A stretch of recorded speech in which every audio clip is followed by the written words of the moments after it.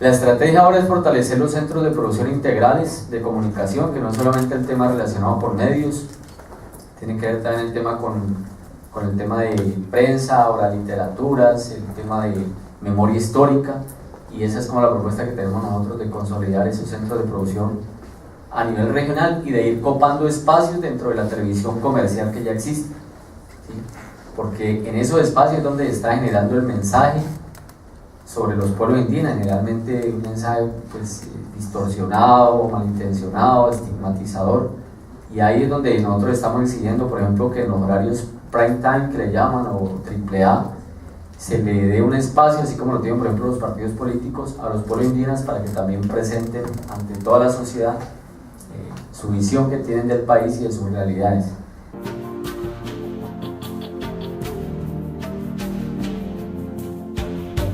Por ejemplo, la Agencia Nacional del Espectro es independiente en Colombia, ¿no? Y tiene un manejo aparte. En Colombia no tenemos la ley de los tercios que hay en Bolivia, Ecuador,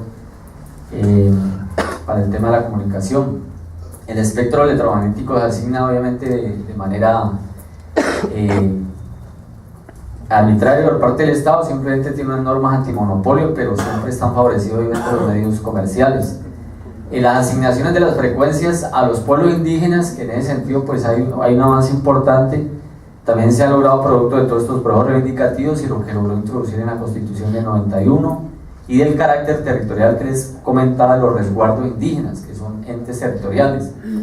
Por eso las emisoras indígenas son consideradas emisoras de interés público, es una categoría especial, no son radios comunitarias. En Colombia hay radios comerciales, radios comunitarias y radios de interés público, ¿sí? Las emisoras indígenas están dentro de la categoría de interés público. Dentro de esa categoría están emisoras, por ejemplo, de universidades, emisoras de entes gubernamentales o emisoras de la policía y el ejército, por ejemplo, ¿sí? El problema es que las emisoras de la policía y el ejército, por dar un caso, tienen todo el apoyo financiero, institucional para que puedan desarrollar su trabajo. En cambio las emisoras indígenas no, ¿sí? Sin embargo tienen limitaciones, por ejemplo no pueden pautar, ¿ya? No pueden obtener ingresos, ¿sí? Entonces obviamente no hay apoyo del Estado, pero tampoco les permite acceder a otro tipo de financiación, no pueden establecer enlaces, por ejemplo, ¿sí? Entonces se han ido haciendo de alguna forma con algunos trucos, digamos, a través de la internet, y eso sean algunos enlaces, pero por ejemplo eso está prohibido, ¿sí? Entonces en el caso de Colombia sí está el reconocimiento legal para las emisoras indígenas, pero tenemos ese problema, ¿no? El problema también del cobro por el uso del espectro, por derechos de emisión de canciones o música pues de carácter comercial. En la política pública nosotros ¿qué hemos planteado? Estamos planteando entonces la necesidad de crear una categoría especial para radios indígenas, una categoría específica para las radios indígenas. Nosotros ya redactamos un borrador de decreto que lo anexamos a la propuesta de política pública, donde definimos cuál es ese carácter, cuáles serían las condiciones para que tenga ese tratamiento especial.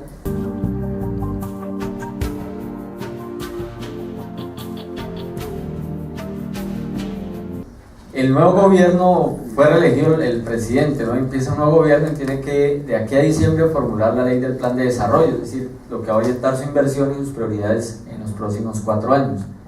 Y esa ley tiene que llevarse a consulta previa, ¿sí? En Colombia la consulta previa con los pueblos indígenas pues de obligatoriedad. De hecho al anterior gobierno se le cayeron, bueno, al presidente Uribe, 3 de sus principales leyes orgánicas por no ser consultadas con los pueblos indígenas y afrodescendientes, ¿no? Entonces la consulta previa en este momento en Colombia se convirtió en una herramienta fundamental para el tema. La ley del plan de desarrollo entonces en los temas indígenas tienen que ser consultadas, y ahí es donde nosotros vamos a incorporar todos los elementos que se constituyeron en la propuesta de política pública, en el plan de desarrollo, dentro de un programa que va a llamar Comunicaciones, que ya venía del plan de desarrollo anterior. Tiene una fuente de financiación específica, que es el Fondo Nacional de Comunicaciones.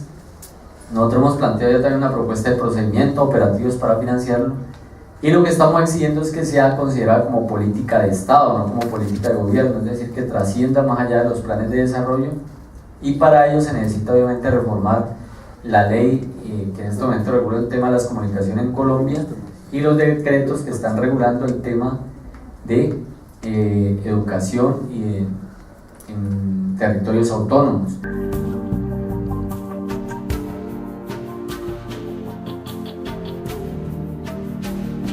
Avanzar con gradualidad, es decir, no nos podemos todavía apresurar a pensar en tener un canal propio de televisión hasta tanto no hayamos logrado consolidar fundamentalmente procesos de formación y, en segundo lugar, producción de contenidos para televisión.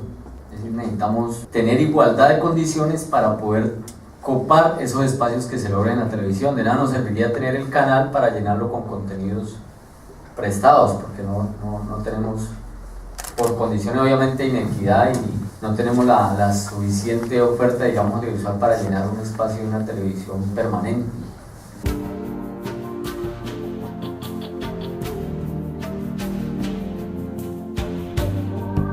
Y ese es un gran reto. En el tema de comunicaciones, ¿qué se establece como estrategia?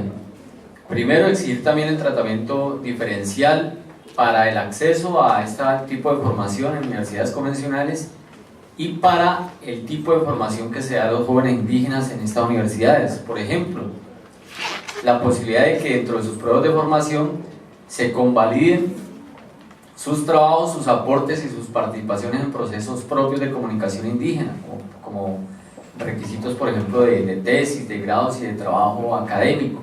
Es decir, que nos permita articularlos, tejer su proceso con el proceso de comunicación propia. Esa es una estrategia que se ha venido trabajando. Con algunas universidades ya se ha logrado establecer estas posibilidades. Lo mismo el apoyo pues, en becas para este tipo de cosas. Nosotros necesitamos jóvenes que nos aporten mucho en los programas de formación, por ejemplo, en la tecnología de la información y la comunicación.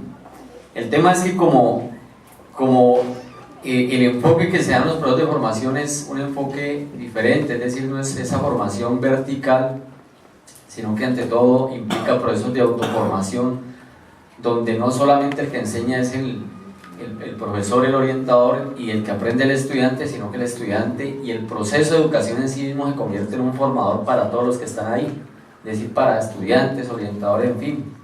Por lo tanto, es clave que estos estudiantes o estos profesionales indígenas, al participar de los procesos de formación, también obviamente van a tener un proceso de formación para ellos, que les va a complementar, por ejemplo, cosas que las universidades convencionales no tuvieron acceso.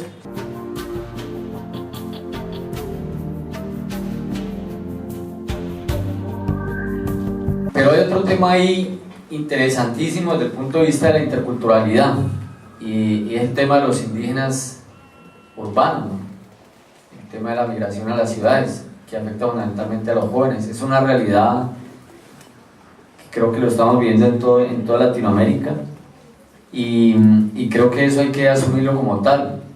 Nosotros, por ejemplo, en Colombia ya está dando el fenómeno de los cabildos urbanos, que son instancias de organización indígenas reconocidas como autoridades por el gobierno, que no tienen territorio, es decir, no son resguardo como territorio reconocido, pero sí con una instancia de garantía de derechos especiales, ¿sí? Eso no implica que desde el punto de vista de la estrategia de comunicación y formación debemos abordar ese tema también, porque obviamente allí hay un gran reto, y el reto es pensar si es posible ser indígena en la ciudad, ¿sí? Y también si es posible construir, revitalizar identidades, culturas y aportes desde la condición de ser indígena urbano.